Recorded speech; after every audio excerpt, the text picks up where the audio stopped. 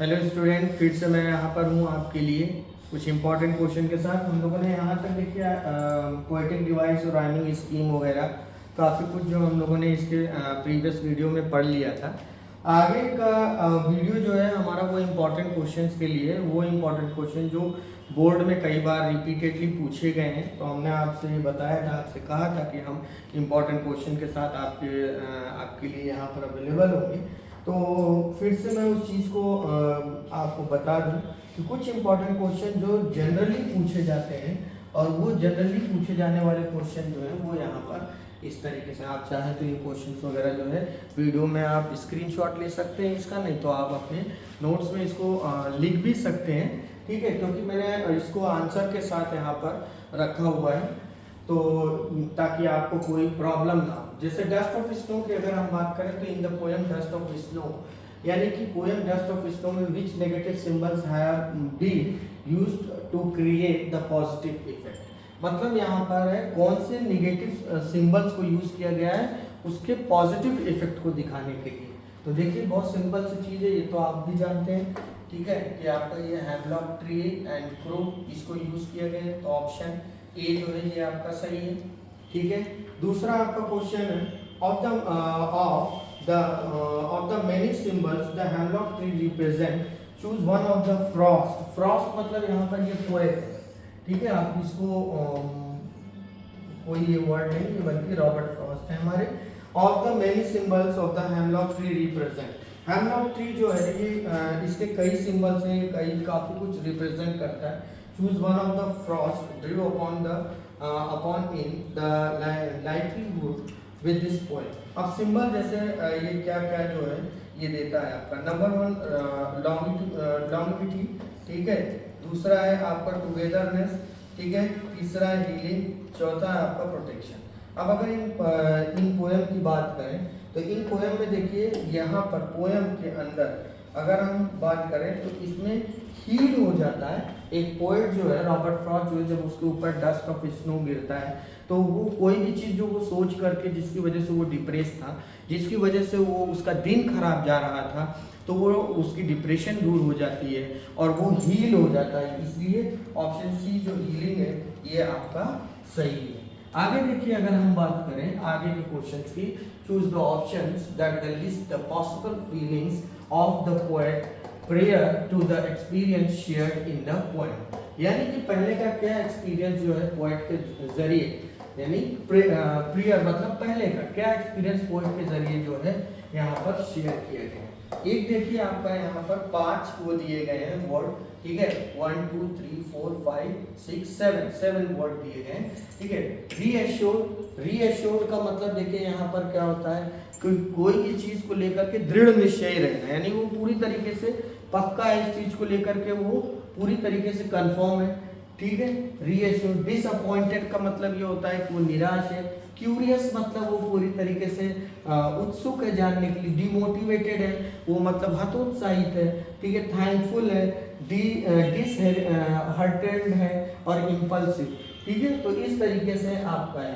तो यहाँ पर देखिए अगर हम बात करें तो पोएम के में, यानी यहाँ पर ये कहने की कोशिश, देखिए इस तरीके के क्वेश्चन आपके बुक में पोएम्स की लाइन वगैरह उठा करके दे करके और इस तरीके के क्वेश्चन पूछे जाते हैं। तो इस तरीके के क्वेश्चनों में आप ये याद रखिएगा कि देखिए हर जगह जो भी वर्ड पूछा गया है, जो भी वर्ड पूछा गया है वो इसमें नेगेटिविटी को पहले दिखाया गया है।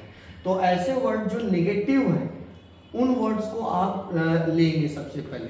तो जैसे डिसअपॉइंटेड हो गया, ठीक है, डिमोटिवेटेड हो गया, और उसके बाद आपका इम्पल्सिव। इम्पल्सिव का मतलब कि वो पूरी तरीके से निराश, जैसे निराश था वो। इम्पल्सिव मतलब कि एक तरीके से होता है कि जैसे आदमी अपने आप को अनप्रोटेक्टेबल महसूस करता है, हारा हुआ महसूस करता है। तो इस तरीके के हिसाब से ये ऑप्शन बी जो है यहाँ पर ये आपका करेक्ट हो जाएगा। Identify the option that does not was the word reviewed, ये रिव्यूड है, ठीक है।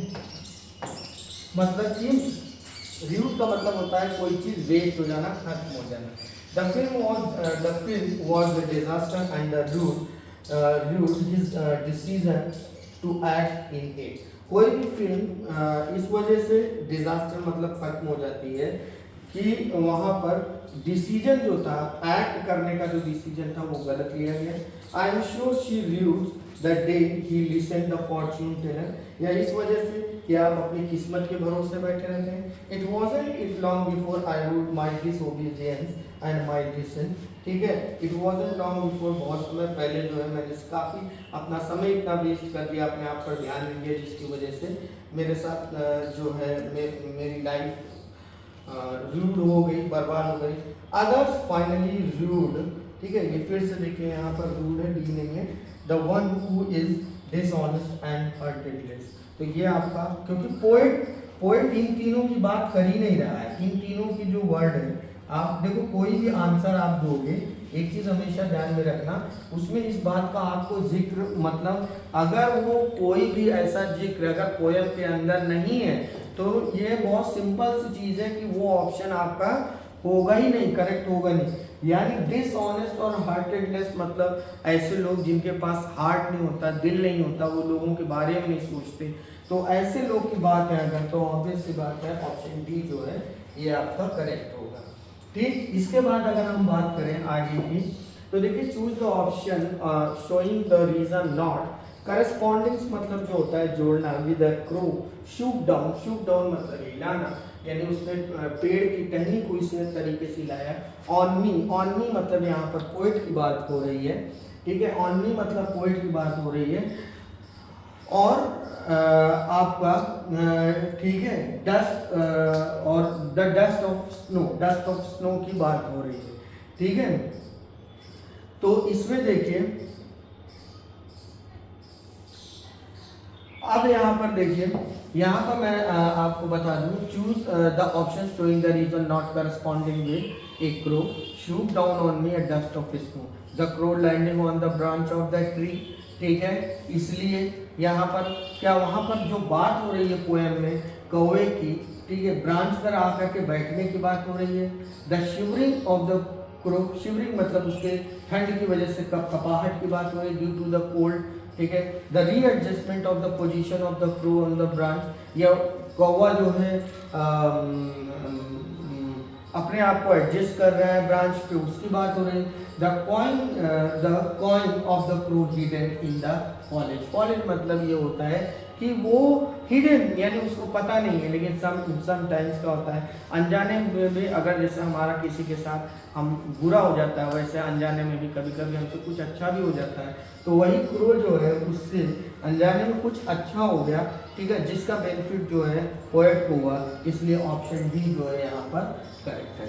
What does the crow symbolise in the poem, crow जो है वो किस तरीके से सिंबलाइज कर रहा है पोएम में, happiness and joy, sorrow and the bad woman, ठीक है, intelligence and wisdom, peace and harmony. यहाँ पर क्रो को पहले सिंबलाइज किया गया है इस पर, ठीक है, मतलब निगेटिव सेंस में क्रो को सिंबलाइज किया गया है। ठीक, अब आगे यहाँ पर देखते हैं हम, what does the hemlock tree represent, hemlock tree जो है वो क्या रिप्रेजेंट करता है। हेमलॉक ट्री जो है एक तो लव एंड ब्यूटी, दूसरा है स्ट्रेंथ एंड रेजिलेंस, ठीक है, रेजिलेंस मतलब यहाँ पर ये होता है एक तरीके से ताकत की बात करता है वो, sadness and negativity, growth and prosperity. तो हेमलॉक ट्री जो है यहाँ पर सैडनेस एंड नेगेटिविटी की बात करता है, तो ये सिंपल है, ये आप कर लेंगे। A simple moment proves a very significant, एक सिंपल सा मोमेंट है मान लीजिए, वो आपको ये बताता है, क्या बताता है, to save the rest of the day, कि किस तरीके से पोएट का बचा हुआ दिन जो बर्बाद होने से बच गया। Explain the basis of the poem Dust of Snow. अब यहाँ पर देखिए, नथिंग इज गुड और bad, only our thinking makes us so. ये मैंने आपको बताया था, इस दुनिया में कोई भी चीज़ अच्छी या बुरी तब होती है जब हम उसको वैसा मान लेते हैं, यानी कोई भी चीज़ नेगेटिव या पॉजिटिव होती नहीं है, बल्कि हमारी सोच उसे बनाती है, पहली चीज़ तो। दूसरा है best thing in our life are free, हर अच्छी चीज़ें जो होती हैं वो हमारी ज़िंदगी में आज़ाद रहती है, मतलब कि हम उसको बांध के नहीं रख सकते। Life is full of problems, we should solve them rather than sit and regret them. हमारी ज़िंदगी जो है ये प्रॉब्लम से भरी हुई है, समस्याओं से भरी हुई है, तो उसको अब प्रॉब्लम्स को लेकर के बैठ करके उसका पछतावा करने से अच्छा है उसको सॉल्व किया जाए। Sometimes sometime unimportant things change the meaning of life. कभी कभी अनइम्पॉर्टेंट थिंग्स जो है ये भी हमारी ज़िंदगी को चेंज कर देती। तो यहाँ पर देखिए आंसर नहीं है, अब आप लोग कमेंट करके इसका आंसर बताइएगा, ठीक है हमें। तो यहाँ पर कमेंट करके इसका आंसर जो है आप हमें बता दीजिएगा, ठीक। अब यहाँ पर देखिए द डस्टिंग, ठीक। अब यहाँ देखिए आप लोग कंफ्यूज मत होइएगा, मैंने आपको एक्सप्लेन करते समय ये सारी चीज़ें यहाँ पर एक्सप्लेन करी है। तो एक्सप्लेन करते समय, ठीक है, मैं ये देखना चाहता हूँ कि आपका व्यू क्या कहता है, क्योंकि देखिए जब कभी भी आप आंसर लिखते हैं, एक एग्जामिनर को अच्छी तरीके से पता होता है कि पोइट क्या कह रहा है, पोयम क्या करी, कहानी क्या करी।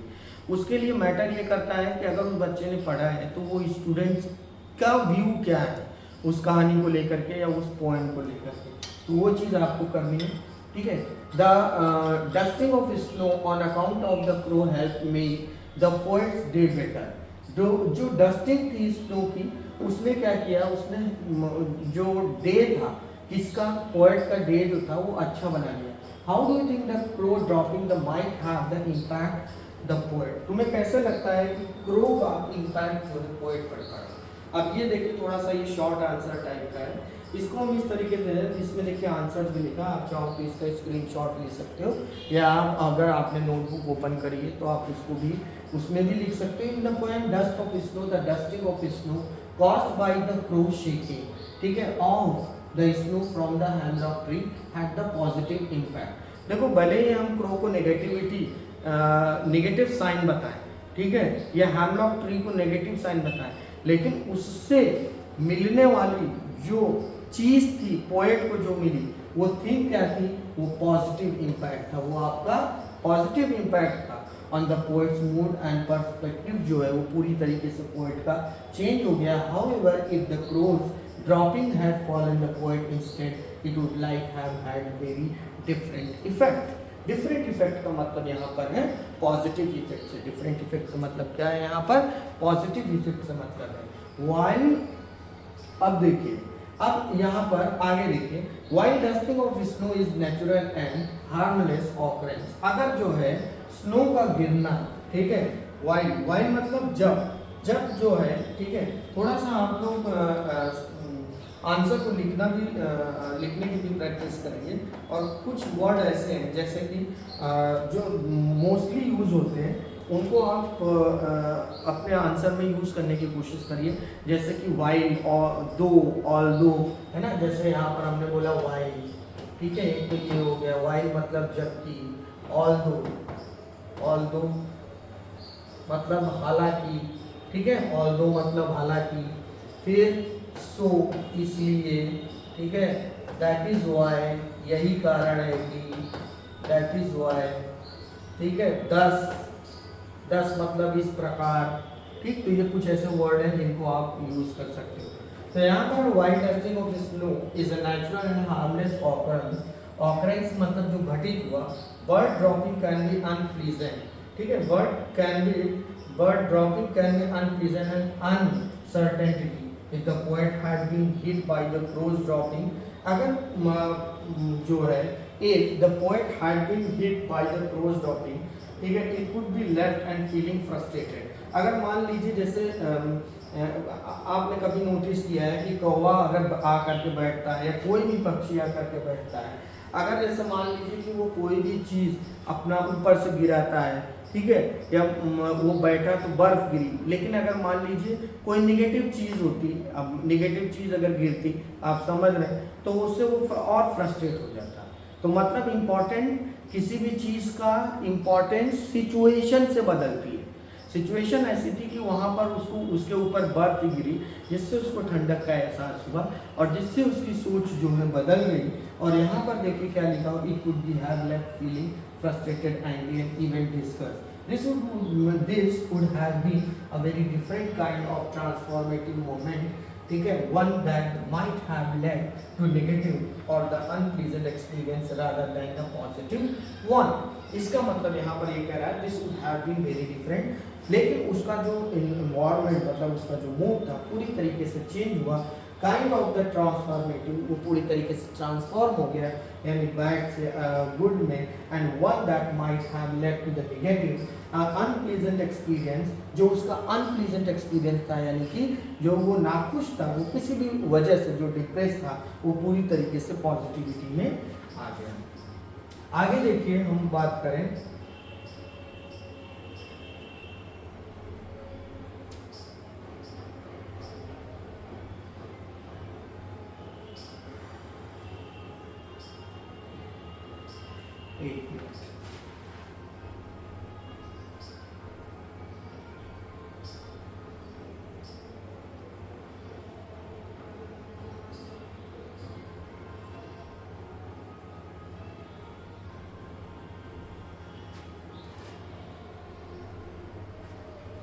बड़ी मेरा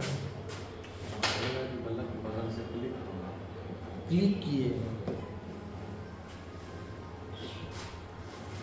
कितना मिनट तक हुआ?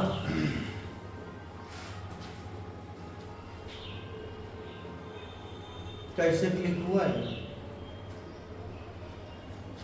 अब ये आप यही हम काट लेंगे, मैं यहाँ शो रहे मैं उठा दीजिए।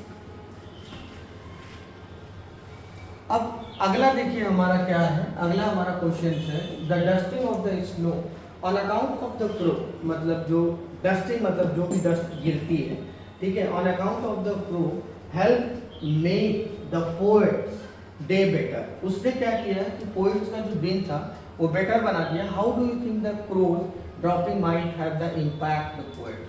सेम चीज है वही, ठीक है, जो हमने यहाँ ये अगला क्वेश्चन है, इधर आइए। वो आप बोलिए मत, हम थक गए। सुनिए बस हो गया।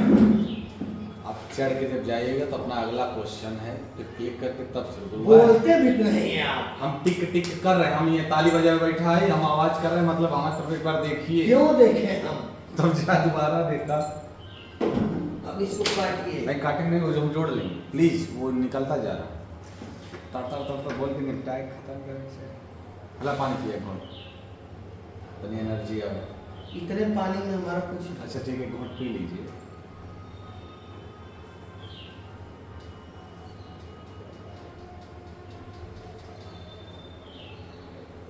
मंदिर में आने पर यही एक घूंट पानी मिला।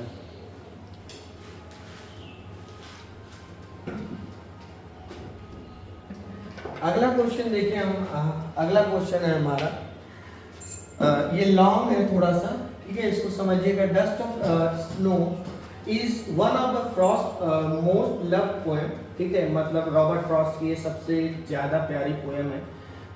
और क्योंकि सबसे उनकी जो वे ऑफ राइटिंग है, सबसे पहले मैंने आपको पहले ही बताया था, ठीक है, उस पर भी क्वेश्चंस पूछे जाते हैं उनकी वे ऑफ राइटिंग पर, कि उन्होंने उनकी जो राइटिंग स्टाइल है वो किस तरीके की है, ये आप लोग हमेशा दिमाग में रखिएगा।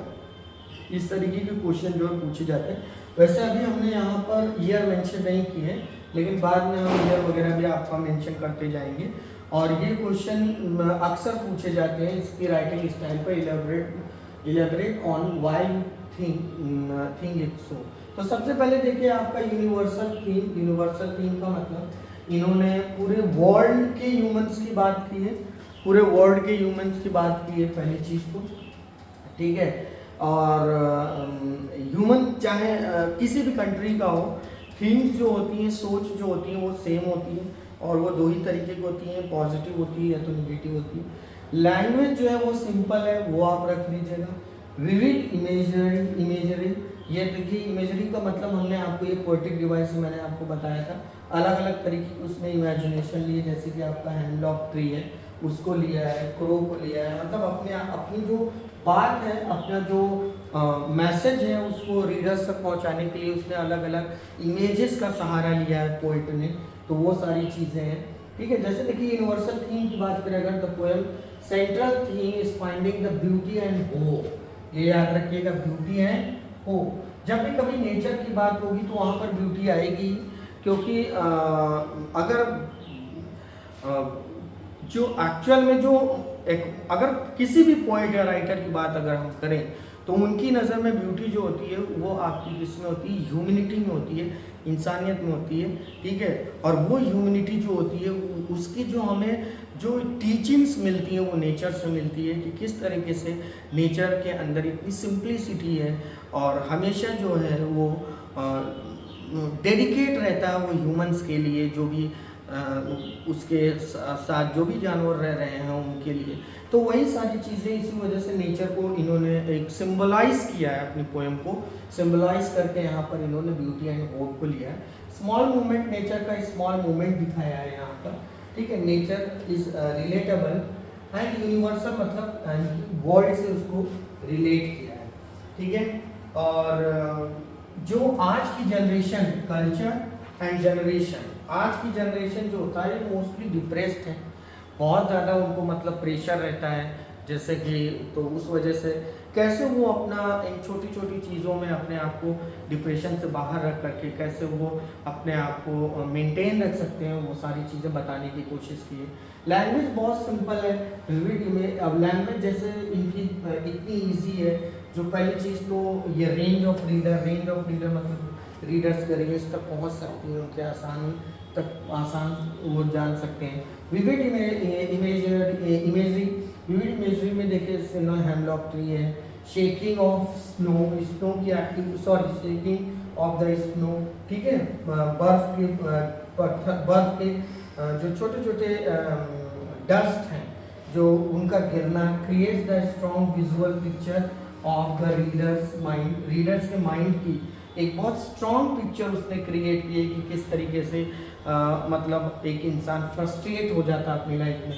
इमोशनल रिजोनेंस का मतलब ये भी एक पोएटिक डिवाइस है, मैंने आपको बताया था कि इसमें टच, रिजोनेंस का मतलब रीजन, ऐसा कुछ रीजन लेना जिसमें एक टच आ जाए, तो इमोशनल टच देते हैं वो। इमोशनल टच मतलब ट्रांसफॉर्मिंग द पावर नेचर, ठीक है, resonates with the reader emotional level, ठीक है। इमोशनल यानी उनकी फीलिंग्स को, रीडर्स की फीलिंग्स को देखते हैं। कॉन्सिनेंस का मतलब ये होता है, ये देखो रिजोनेंस, कॉन्सिनेंस का मतलब ये होता है जिसमें कॉन्सोनेंट वर्ड का ज़्यादातर यूज होता है, कॉन्साइन, ठीक है। कंसाइज का मतलब इसमें जैसे पैक ऑफ द पावरफुल, तो पैक वर्ड यहाँ पर पावरफुल वर्ड, पंच, ठीक है। ये देखो यहाँ पर आपका कॉन्सोनेंट वर्ड जो से शुरू हो रहे हैं, या ऐसे वर्ड यहाँ पर आए, ठीक है। तो वही आपको मैंने पहले भी कहा था कि पोएटिक डिवाइस अगर आपको नहीं समझ आई है तो आप कमेंट में एक बार फिर से बोल दो, ठीक है, कि मुझे सर पोएटिक डिवाइस समझ नहीं आई, या पर्टिकुलर जो भी पोएटिक डिवाइस नहीं समझ में आई, ठीक है, आप वहाँ पर बोल दो। मैं फिर से पोएटिक डिवाइस का एक सेशन ले लूँगा ताकि आपको मतलब एग्जाम टाइम में तो कम से कम प्रॉब्लम ना हो, ठीक है। आगे देखिए, making it in the Frost mastery beauty and poetry, ठीक है, पोएट्री। आगे देखिए fire and ice. Fire and ice की अगर हम बात करें तो फायर एंड आइस में देखिए क्या होता है, ये हमारी अगली पोयम है, रॉबर्ट फ्रॉस्ट की पोयम है। फायर एंड आइस में देखिए क्या आता है यहाँ पर, but is the had perish twice. Perish twice मतलब दो बार खत्म होना किसी भी चीज़ का। I think I know enough of hate, बहुत ज़्यादा नफरत है इस दुनिया में, बहुत ज़्यादा नफरत है टू से फॉर द डिस्ट्रक्शन आइज, और वही नफरत जो है इस दुनिया को ख़त्म कर रही है। नफरत इतनी ज़्यादा है, it also great and word suffice, और जिसकी वजह से ये पूरी दुनिया जो है सरवाइव कर रही है, मर रही है। यानी कहने का मतलब है एक तरफ जैसे मैंने आपको बताया था कि एक तरफ वो दो तरीके से एक दुनिया खत्म हो रही है, यहाँ पर दुनिया के खत्म होने की बात नहीं हो रही।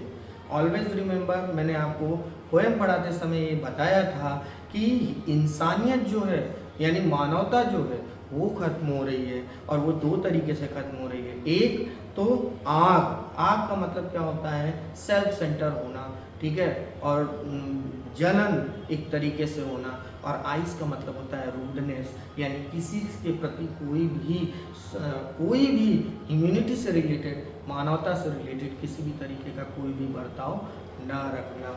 यहाँ पर देखिए बोला है fill in the blanks with the word. देखिए इस तरीके के क्वेश्चंस आपके लिए पूछे जाते हैं यहाँ पर, ठीक है। When the speaker says that ice could also bring about the end of the world, he refers to as the means of the destruction.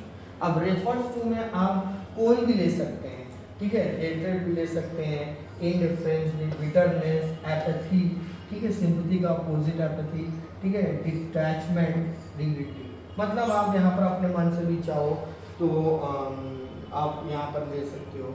Hated मतलब नफरत करना, ठीक है। बिटरनेस मतलब वही नफरत करना, एपिथी मतलब भी वही।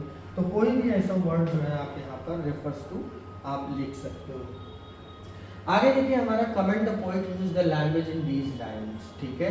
तो आप अब आपको बताना है कि इन लाइन में कौन सी लाइन, यहाँ की जो ये लाइनें हैं ये, ठीक है, ये जो लाइन है उसमें आपको बताना है कि जो लैंग्वेज उसने किस तरीके की लैंग्वेज यूज़ किया। सीधी बात, एक तो सिंपल लैंग्वेज यूज़ किया है, स्ट्रेट फॉरवर्ड, बहुत सीधी बात करता है, सिंपल लैंग्वेज बात करता है, स्ट्रेट फॉरवर्ड बात करता है, ठीक है। क्यों स्ट्रेट फॉरवर्ड बोल रहा है, सीधे बोल रहा है कि आप इस वो बता रहा है, रियलिटी बता रहा है, वो सच्चाई बता रहा है इस दुनिया की कि किस तरीके से आज का इंसान हो गया है। They don't have any interest even their family and their parents also. आज का समय ऐसा है कि आप बहुत सी जगह पर देखिए कि उनको अपनी फैमिली, अपने पेरेंट्स, अपने लोग, अपनी जगह, अपना work place, they do not want to go there again if they are success. So they मतलब they don't have any attachment with their own, उनके अंदर कोई भी अटैचमेंट नहीं है। तो ये सीधे सीधे अगर आप वो कोई भी इंसान अगर गलत है उसके अंदर इंसानियत नहीं, तो स्ट्रेट फॉरवर्ड बात कर रहा है कोई। The words and phrases, the word and phrases, अच्छा वर्ड एंड फ्रेजेस, ठीक है। वर्ड और फ्रेज में क्या अंतर होता है ये भी थोड़ा ध्यान से समझ लीजिए। वर्ड देखिए क्या होता है, वर्ड होता है ग्रुप ऑफ लेटर, ठीक है। और फ्रेज क्या होता है,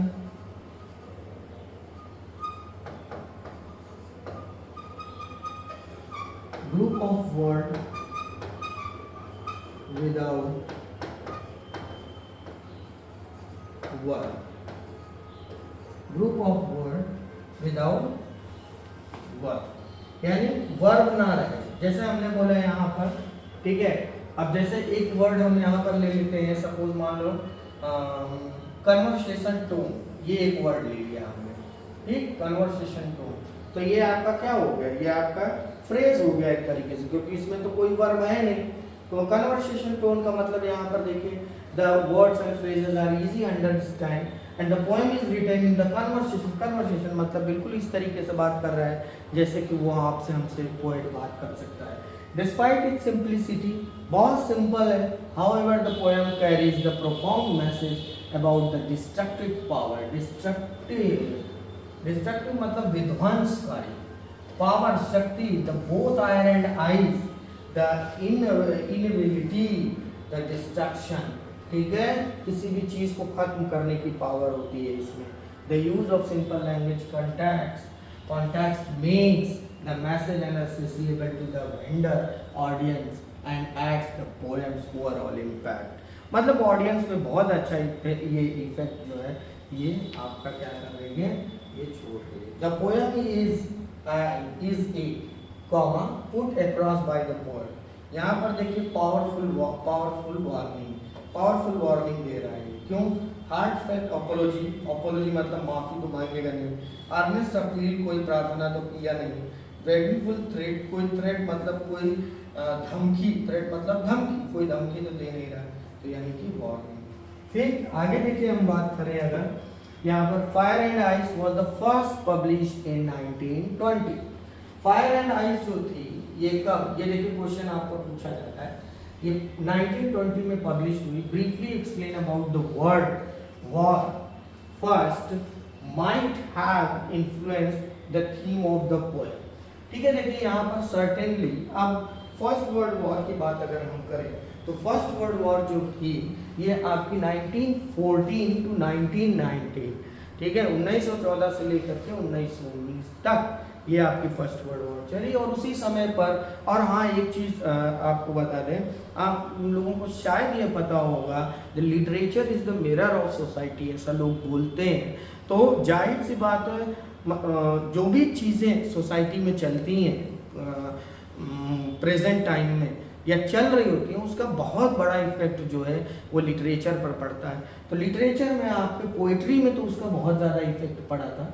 अब पोइट्री में उसकी इफेक्ट की अगर हम बात करें, सर्टेनली यानी उसी समय it is the possible that the world war first influence the theme fire and ice by the Robert Frost Robert Frost, the war was time the great destruction, याद रखना, ग्रेट डिस्ट्रक्शन एंड डिवेस्टेशन, यानी कि बहुत बड़ा जो है उस समय बहुत बड़ा डिस्ट्रक्शन और बहुत विध्वंसकारी और बहुत ज़्यादा अलगाव, बहुत ज़्यादा टूट फूट उस समय हुई थी, have led the Frost to contemplate the destructive force of humanity.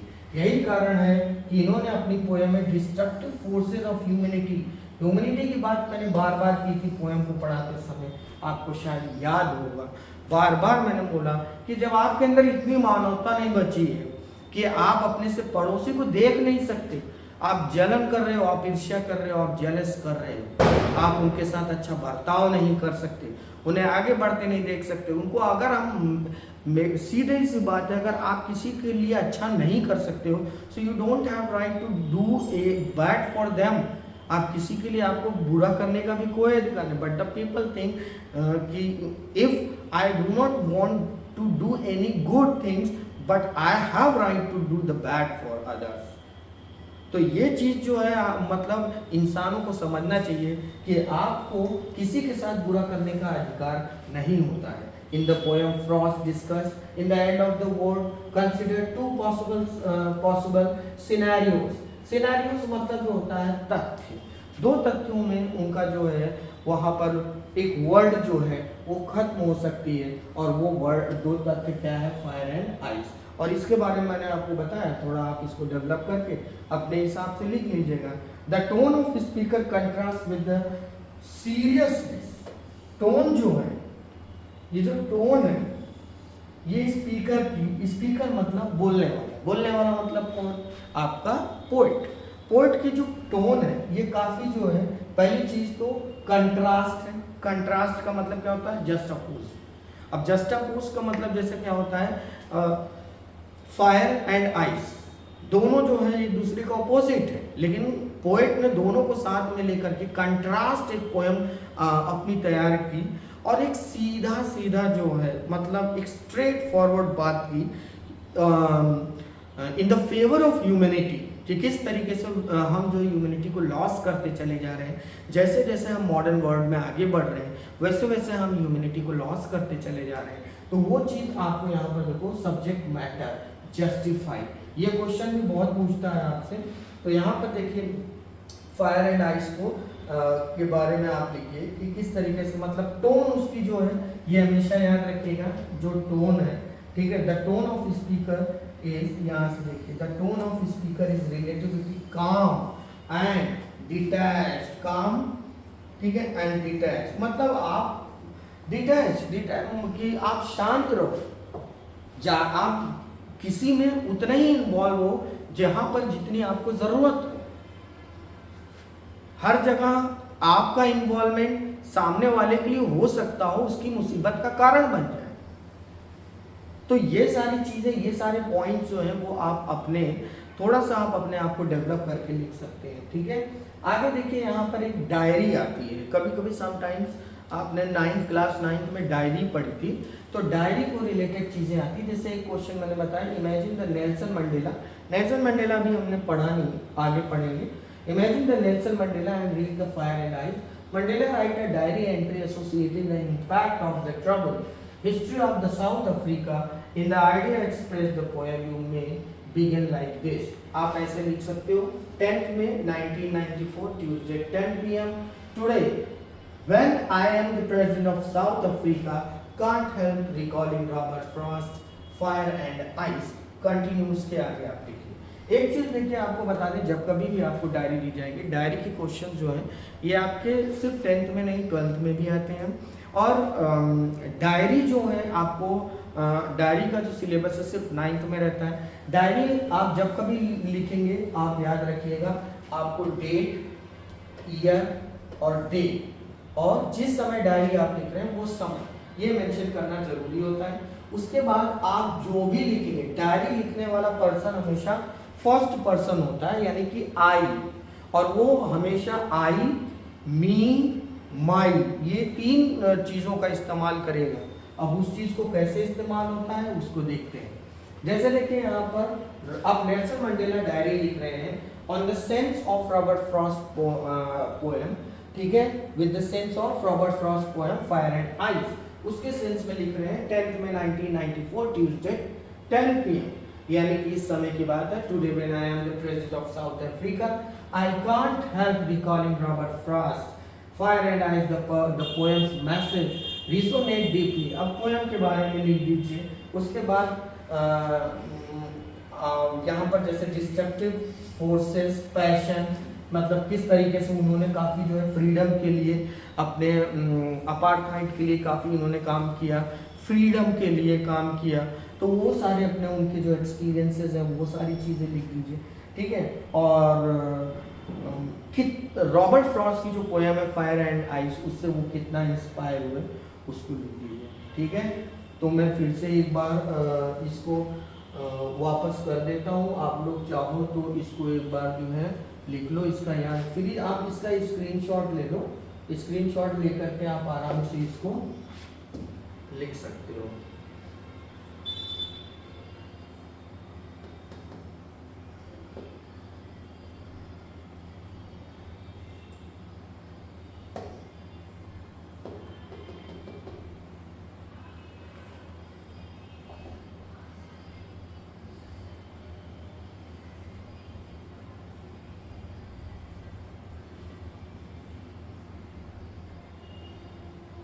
ये रहा आपका डस्ट ऑफ स्नो, ये रहा आपका dust of snow.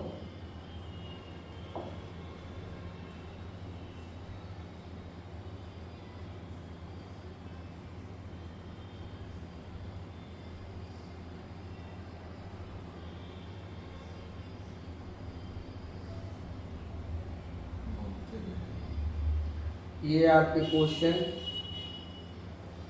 Multiple choice के, ये भी आपके देखिए मल्टीपल चॉइस के क्वेश्चंस हैं। ये आपका